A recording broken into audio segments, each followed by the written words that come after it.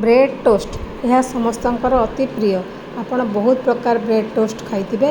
आज आम प्रस्तुत करवा कैरेमेल चीज टोस्ट करने आम 4 पीस ब्रेड नवा। एटा मु व्हाइट ब्रेड नहीं, आपड़ चाहिए ब्राउन ब्रेड भी नहीं पारे। नहीं कि प्रथम तार साइड गुड़ाक आम काटिदेवा, सबूर साइड गुड़ाक बाहर करदे। ये साइड गुड़ाक आपण ब्रेड क्रम्स भी करेंगे। बर्तमान साइड गुड़ाक आम काटी 4टार। बर्तमान ये ब्रेड को टिके टिके सेकी हल्का हल्का सेकी भाजिला आम आपको बाहर करदे। गोटे गिनार आम 2 चमच बटर, से 2 चमच चीनी, यहाँ को आम भलक मिसेदेवा।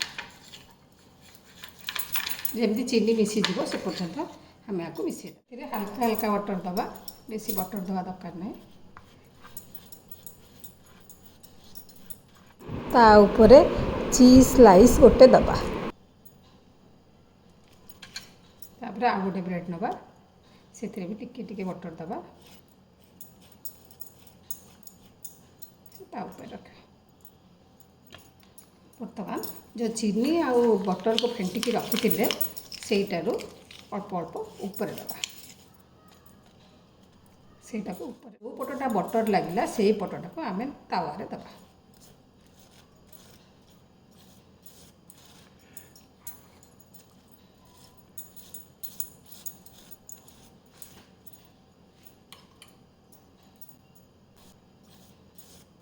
पटटा बटर लगी से पटटा को तले दबा। तले देला परे ऊपर पट आम बटर लगे। ये बटर चीनी मिश्रण को आम ऊपर पटे देदेवा। बर्तमान आम आपको उल्टेदेवा। पटा सेमती लाल पड़ लाल पड़े आम ताको बाहर करदेवा। बर्तमान प्रस्तुत हो गला आमर चीज टोस्ट। आपको ये आम सर्व करवा। ता पूर्व आपको आम छोट छोट पीस करके काटिदेवा। आप पिज्जा कटर रे काटिपारे, छुरी रे मध्य काटिपारे।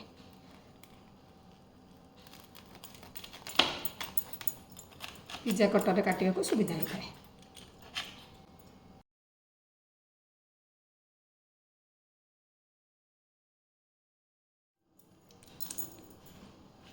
बर्तमान प्रस्तुत हो गला आमर चीज टोस्ट। एटा बहुत टेस्टी होता है। आ सकाळ स्नैक्स रे खाइबा को बहुत सुविधा हुए। आ ऊपर आपण एटा एमती खाली सर्व करि परिबे। ता संगे चॉकलेट सॉस मध्ये देकी आमे सर्व करि परिबा। सकाळ साधारणतः सबु माँ मानकर चिंता पिला को स्कूल को टिफिन बॉक्स रे कौन देबे।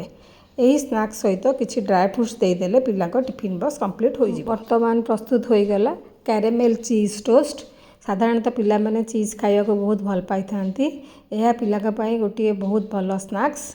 यह आपण घरे बनातु। आ केमती लागिला मते कमेंट बॉक्स रे जणेबे। एही रेसिपीटी आपन को भल लागियो बोली आशा। जदि भल लागिला लाइक शेयर करिवे। चैनल नुआ थिले सब्सक्राइब करिवे।